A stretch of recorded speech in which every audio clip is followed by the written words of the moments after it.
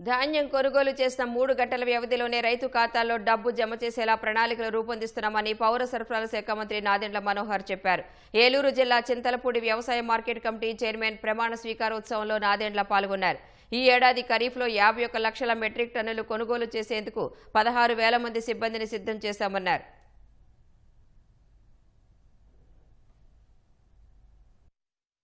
గత సంవత్సరం 34 లక్షల మెట్రిక్ టన్నులు కొనుగోలు చేస్తే ఈ సంవత్సరం కేవలం ఖరీఫ్ మాసానికే 51 లక్షల మెట్రిక్ టన్నులు కొనుగోలు చేయడానికి సిద్ధంగా ఉన్నాం.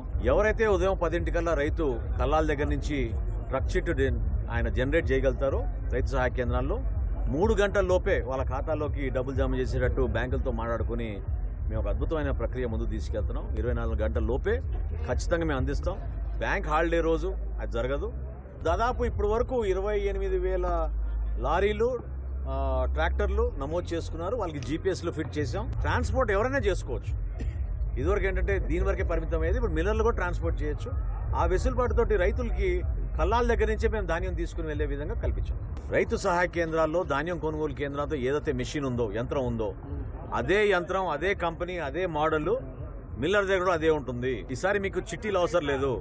ఎప్పుడైతే మీరు ధాన్యం తీసుకొచ్చి మీరు తూకం వేశారో, ఇమ్మీడియట్గా తేమ శాతం చెక్ చేసుకున్నారో, అదే బ్లూటూత్లో ఆ మిల్లుకి కూడా వెళ్ళిపోతుంది. మాకు మా సెంట్రల్ సిస్టంలో కూడా అదే వస్తుంది. సో దీంట్లో అవకతవకలు చేసే పరిస్థితి ఉండదు.